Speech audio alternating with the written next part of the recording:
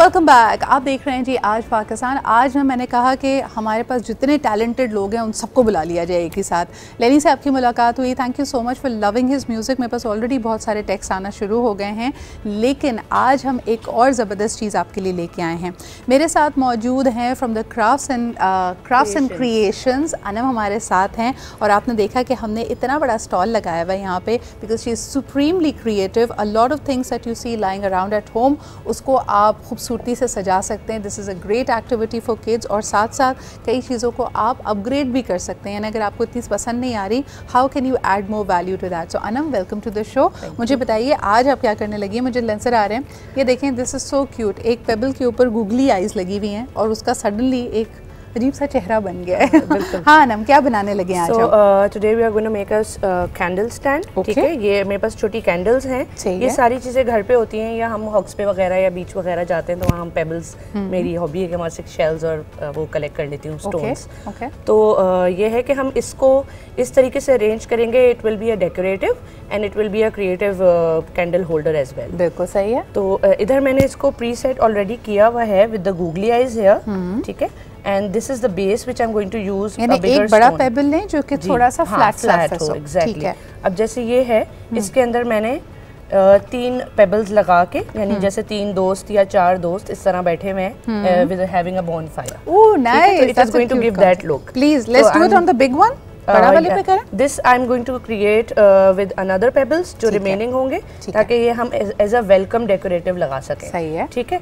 तो इसके अंदर हम And it is so simple. All you need is a big pebble, जो कि थोड़ा सा फ्लैट सरफेस का बड़ा सा पत्थर आपको चाहिए जो थोड़ा स्मूथ होता है। और छोटे वालों के ऊपर उन्होंने सिर्फ सिंपल सी गूगली आइज लगाई हैं and you using the glue to put that on.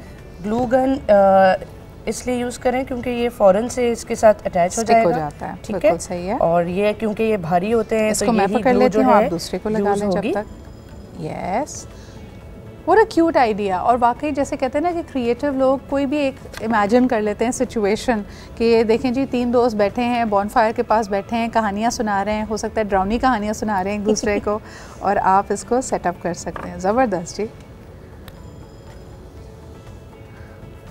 और ये आपको गली गली कोने कोने में नज़र आता है इस तरह की सिचुएशन। जी बिल्कुल, बिकॉज सर्दियों में कहीं ना कहीं छोटी सी आग जलाकर हम देखते हैं कि बहुत सारे गार्ड्स या बहुत सारे लोग जिनकी दुकानें हैं या करीब, तो वो रात के वक्त यही कर रहे होते हैं, चाय भी चल रही होती है बिल्कुल बिल्कुल छोटी सी। ज़बरदस्त जी। So this is done.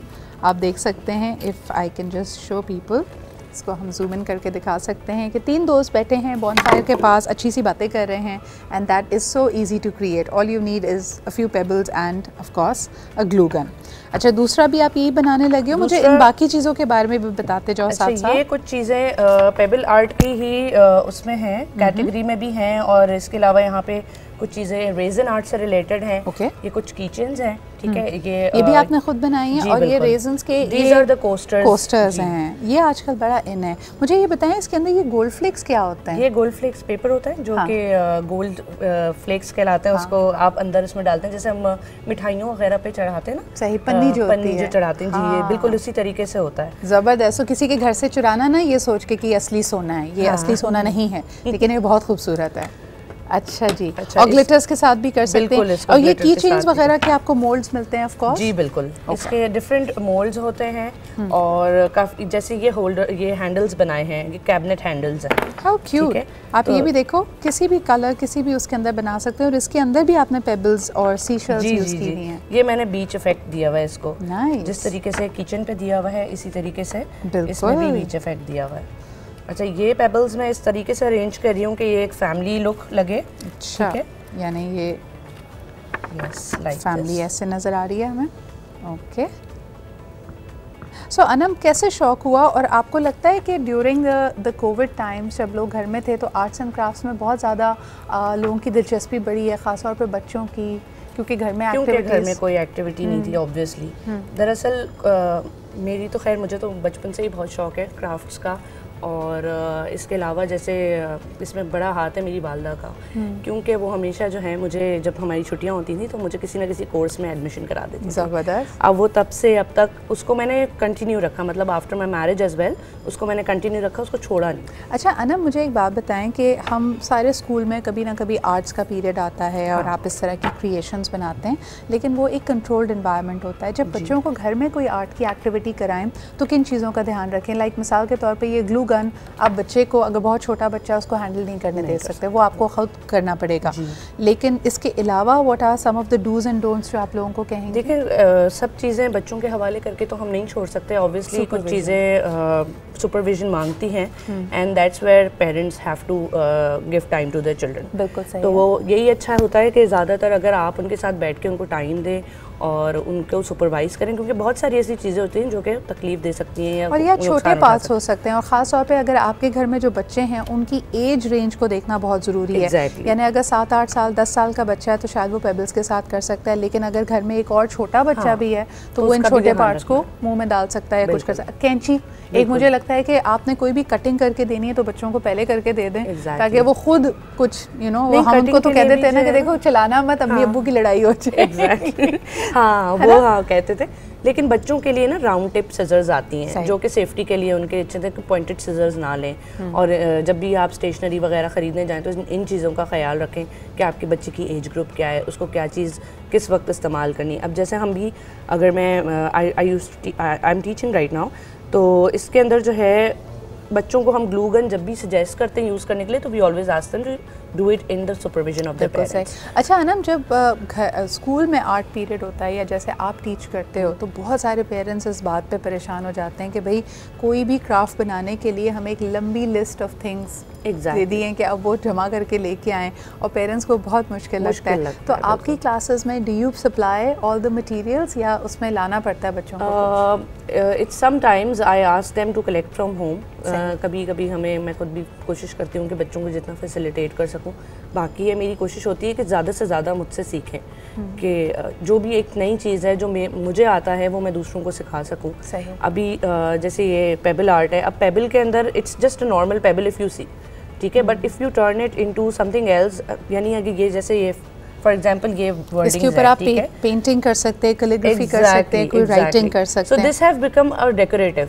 अब ये चीज़ आपको कहीं और नहीं मिलेगी, the thing you have made, ठीक है, बिल्कुल सही। And this is the uniqueness of art, ठीक है। तो क्रिएटिविटी तो किसी भी चीज़ से हो सकती है, कोई भी आप चीज़ उठाएं, आप चमचे को आड़ा टेढ़ा मोड़ के कुछ भी बना सकते हैं, आप फोटो फ्रेम्स बना सकते हैं, बहुत सारी चीज़ें हैं जो हम इमेजिन नहीं करते। And I think art is very therapeutic as well. बच्चे को जब आप क्रिएटिव एक्सप्रेशन देते हैं वो ना सिर्फ अपने आप को एक्सप्रेस कर पाता है बल्कि वो अपनी हिडन टैलेंट्स को एक्सप्लोर कर सकता है।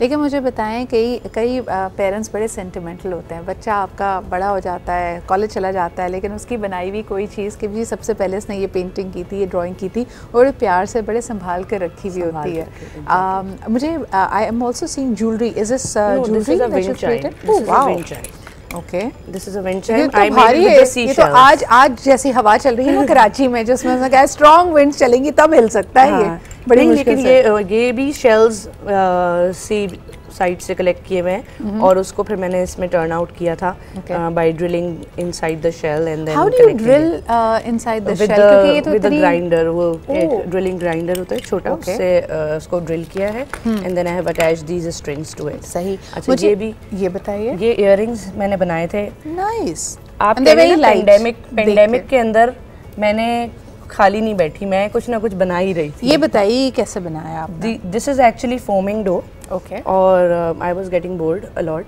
तो मैंने फोमिंग डो लेके उसको उसके अंदर अरेंजमेंट करना शुरू की and then I try to make it a earring kind of thing.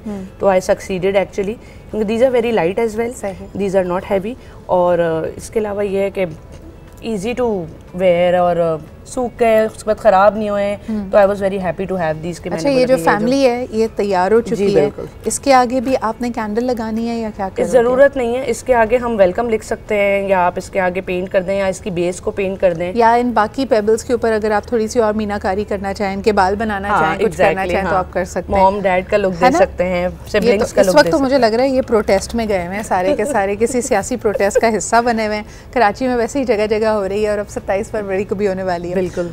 Couple of things मुझे बताएं Anam, and this probably will be my last question, जिन बच्चों को शौक है और पेरेंट्स उनको इनकरेज भी करना चाहते हैं, उनके आर्ट्स एंड क्राफ्ट बॉक्स में अगर 3 या 4 चीज़ें जो आप कहें कि मस्ट होनी चाहिए जो आपके पास हों, तो आप क्या रेकमेंड करेंगी?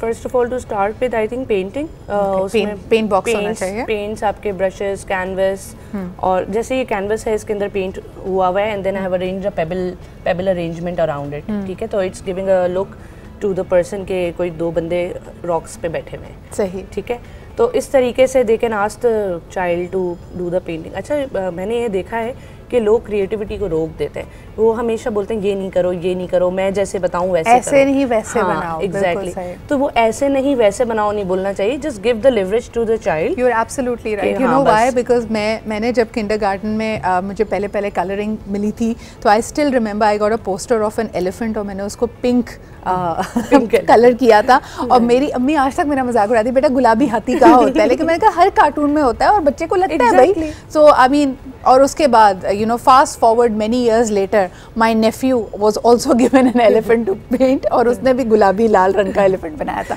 तो ये सिर्फ वो हाथी है जो मैंने और मेरे भांजे ने देखा है, लेकिन thank you so much Anam for being here, it was a lot of fun, and of course arts and crafts are always a very therapeutic and healthy way to spend your time. आजकल अगर आपको ज़रा से भी anxiety panic feel हो रहा है, do something, you know people who get their hands dirty are the happiest, क्योंकि वो कुछ ना कुछ क्रिएट कर रहे होते हैं। So on that note, we are going to take a short break and we'll be right back.